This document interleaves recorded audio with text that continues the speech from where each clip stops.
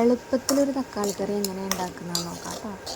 അതിന് വേണ്ടിയിട്ട് ഞാനിവിടെ എടുത്തിട്ടുള്ളത് 1.5 സവാള, അതുപോലെ തന്നെ സെയിം ആയിട്ട് തന്നെ തക്കാളി എടുക്കണം. പിന്നെ കുറച്ച് വെളിച്ചെണ്ണ, ഉപ്പ്, വേപ്പില, ഇത്രയും സാധനങ്ങൾ വെച്ചിട്ടാണ് ഞാൻ തക്കാളി കറി ഉണ്ടാക്കുന്നത് കേട്ടോ. ഞങ്ങളിവിടെ തക്കാളി കറി എന്നാണ് പറയുന്നത്. ചിലർക്ക് തക്കാളി ഒലത്തിയതെന്നൊക്കെ പറയും. അത് ഞങ്ങളിവിടെ അങ്ങനെ പറയും, പക്ഷേ അത് ഡ്രൈ ആയിട്ട് എടുക്കുന്നതിനാണ് അങ്ങനെ പറയുന്നത്. ഇത് ചാറോടുകൂടി ഉള്ളതാണ്, അതുകൊണ്ടാണ് തക്കാളി കറി എന്ന് പറയുന്നത് കേട്ടോ. അപ്പോൾ ഞാൻ 1.5 സവാള വെളിച്ചെണ്ണ ഒഴിച്ച് ഉപ്പിട്ടിട്ട് വഴറ്റുന്നുണ്ട് കേട്ടോ. നന്നായിട്ട് സവാള വഴന്ന് കിട്ടണം. എന്നിട്ട് ഞാൻ പറഞ്ഞല്ലോ സെയിം തന്നെ തക്കാളി, ആ തക്കാളി ഇതിലോട്ട് ഇട്ട് കൊടുക്കണം. സവാള നന്നായിട്ട് വഴന്നതിന് ശേഷം മാത്രമാണ് തക്കാളി ഇട്ട് കൊടുക്കുക. എന്നിട്ട് അതും ഒന്ന് വഴറ്റുക. അതിന് ശേഷം നമുക്ക് കറിവേപ്പില ഇട്ട് കൊടുക്കാം. എന്നിട്ട് അതും നന്നായിട്ട് വഴച്ചെടുക്കുക. അതിലോട്ട് ഞാനൊരു ഒരു ടേബിൾ സ്പൂണ് മുളക് പൊടി ആഡ് ചെയ്തിട്ടുണ്ട്. ഒരു ഗ്ലാസ് വെള്ളം ഞാൻ എടുത്തിട്ടുണ്ട്, പക്ഷെ അത് ഞാൻ മുഴുവനായിട്ട് ഒഴിക്കുന്നില്ല, കുറച്ച് ഞാൻ മാറ്റി വെച്ചിട്ടുണ്ട്. ഇനി നമുക്ക് വേണമെന്നുണ്ടെങ്കിൽ ബാക്കിയുള്ള വെള്ളവും കൂടി അതിലോട്ട് ഒഴിച്ചു കൊടുത്താൽ മതി.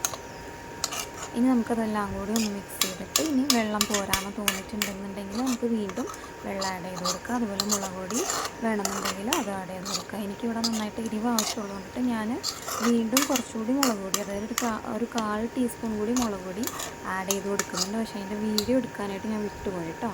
അതുപോലെ എനിക്ക് വെള്ളം പോരാന്ന് തോന്നിയത് കൊണ്ടിട്ട് കുറച്ച് വെള്ളം കൂടി ഞാൻ ഇതിലോട്ട് ഒഴിച്ചു കൊടുത്തിട്ടുണ്ട്. എന്നിട്ട് ഇതെല്ലാം കൂടി ഒന്ന് മിക്സ് ചെയ്ത്, ഇനിയിപ്പം ഉപ്പ് പോരാന്നുണ്ടെങ്കിൽ ഉപ്പും കൂടി ആഡ് ചെയ്തിട്ട് നന്നായിട്ട് എല്ലാം കൂടി മിക്സ് ചെയ്തിട്ട് നമുക്ക് വേവിച്ചെടുക്കാം. ഇത് വേകുന്ന ടൈം കൊണ്ടിട്ട് ഞാനൊരു ഓംലേറ്റും കൂടി ഉണ്ടാക്കുന്നുണ്ട് കേട്ടോ. പാൻ ചൂടായിട്ടുണ്ട്. അപ്പം 2 മുട്ടയാണ് ഞാൻ ഇതിന് എടുത്തിട്ടുള്ളത്. അതിനിടയിൽ ഞാൻ ചോറ് ആവിയേറ്റാനും കൂടി വെച്ചിട്ടുണ്ടായിരുന്നു. അപ്പം നമ്മുടെ തക്കാളിക്കറി ഇവിടെ നന്നായിട്ട് തിളച്ച് വരുന്നുണ്ട്. അപ്പോഴേക്കും നമുക്ക് പാനിലോട്ട് വെളിച്ചെണ്ണ ഒഴിച്ചിട്ട് ഓംലേറ്റ് പൊരിച്ചെടുക്കാം കേട്ടോ.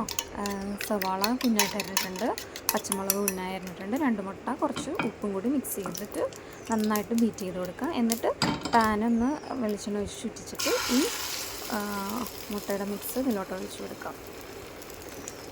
ഇനി നന്നായിട്ട് അടി പിടിക്കാത്ത പാനാണ്, അതായത് നന്നായിട്ട് കിട്ടുന്ന പാനാണെന്നുണ്ടെങ്കിൽ നമുക്ക് ഇതിനെ നന്നായിട്ട് നേനയപ്പ് ചെയ്യുന്ന പോലെ ചുറ്റിച്ചു കൊടുക്കാം.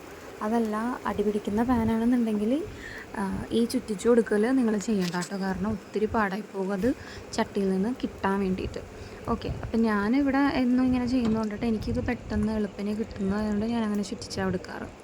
തക്കാളി കറി ഇവിടെ ആവുന്നുണ്ട്. ഞാൻ കുറച്ചുകൂടി വെളിച്ചെണ്ണ ഒഴിച്ച് കൊടുത്തിട്ടുണ്ട്, ഓംലേറ്റ് ഞാൻ മറിച്ചിട്ട് കൊടുത്തിട്ടുണ്ട്. തക്കാളിയിലോട്ട് എനിക്ക് കുറച്ചുകൂടി വേപ്പില വേണം തോന്നിയുകൊണ്ട് ഞാൻ കുറച്ചുകൂടി വേപ്പില ഇട്ട് കൊടുത്തിട്ടുണ്ട്. അപ്പം നമ്മുടെ ഓംലേറ്റ് ഇവിടെ റെഡി ആയിട്ടുണ്ട്. തക്കാളി കറിയും അതുപോലെ തന്നെ നമുക്കിവിടെ റെഡി ആയിട്ടുണ്ട്. ഇനി നമുക്കിത് ഒരു പാത്രത്തിലോട്ട് സെർവ് ചെയ്യാം.